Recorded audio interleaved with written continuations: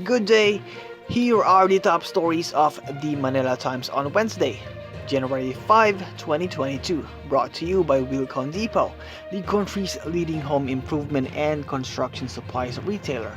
Shop conveniently 24/7 with Wilcon online store. Just go to shop.wilcon.com.ph.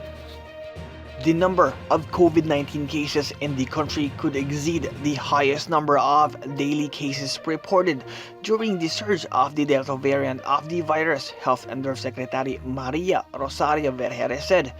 This comes as the country reported 5,434 new cases on Tuesday, the highest since October 23 when it reported 5,807 cases with 99% or 5,395 infections coming from the past 2 weeks or from December 22, 2021 to January 4, 2022.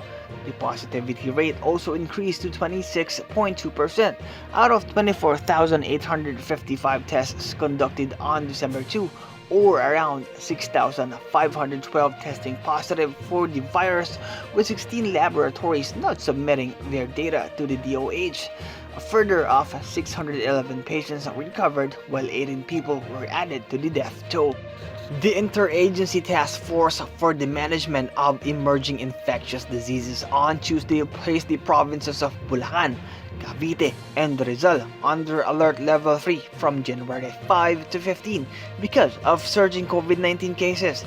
Cabinet Secretary and Acting Palace spokesman Carlo Alexi Nograles said the cases may have been driven by the Omicron variant. The IATF placed Metro Manila under Alert Level 3 last December 31, 2021.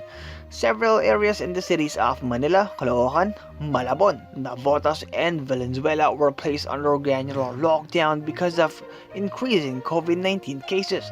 Under Alert Level 3, several establishments are allowed to operate at 30% indoor capacity only for fully vaccinated individuals and 50% outdoor capacity provided that all employees are fully vaccinated. Work in government offices is limited to 60% of on-site capacity. The Department of Health or DOH maintained that there is no shortage of paracetamol and other medicines for flu-like symptoms and amid reports of drugstores and pharmacies running out of stocks.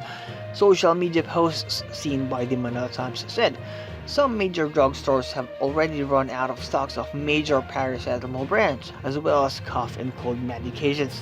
The shortage comes after the country reported an increase in the number of mild COVID-19 cases in the past few days, but the DOH said, based on its consultations with major drugstore chains and local manufacturers and suppliers, there is no ongoing shortage of paracetamol in the country, while recognizing that there is an increased demand for such a product.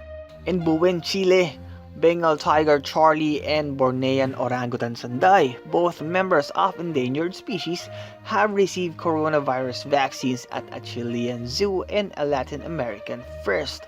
Charlie, Sanday, and 8 other animals at the Buin Zoo in Santiago were chosen for the experimental vaccine campaign as they belong to species considered at high risk of contracting COVID-19. The viral disease, which has killed more than 5.4 million humans so far, has also been found in zoo monkeys, apes, and big cats, as well as in deer in the wild, in house pets, and in minks. Topping business, debt watcher Fitch Ratings said the Philippines' tourism rebound will be subject to setbacks as the global epidemiological scenario evolves.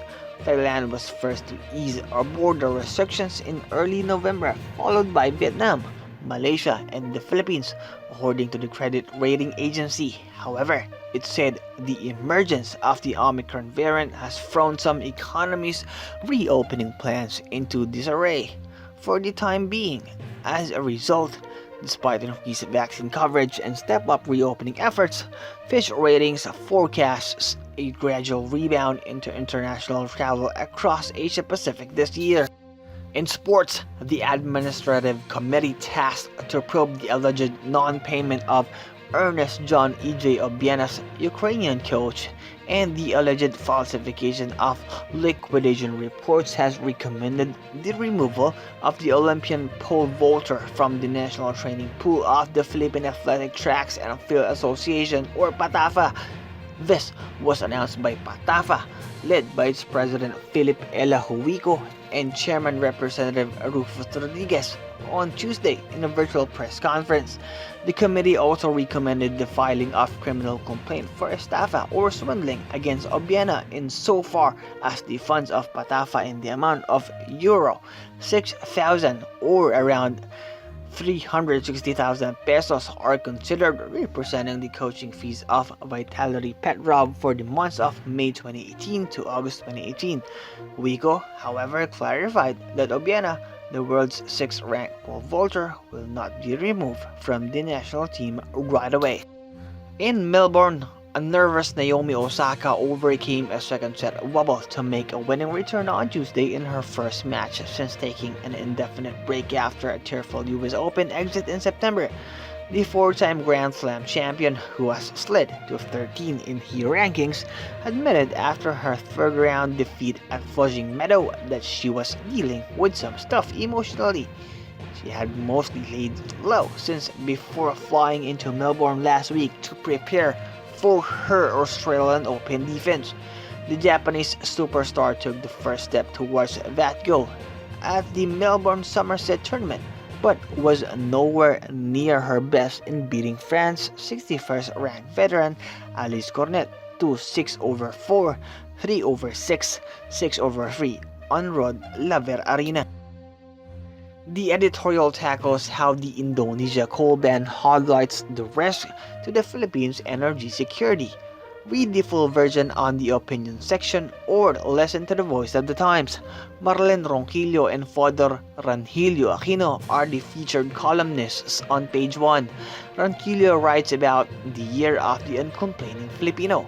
Aquino talks about the birth of the Lord and the encounter of peoples. For more news and information, read the Manila Times on print, subscribe to its digital edition, or log on to www.manilatimes.net. Follow us on Facebook, Instagram, and Twitter, and keep up with the Times. This is Christian Ko Maghanoy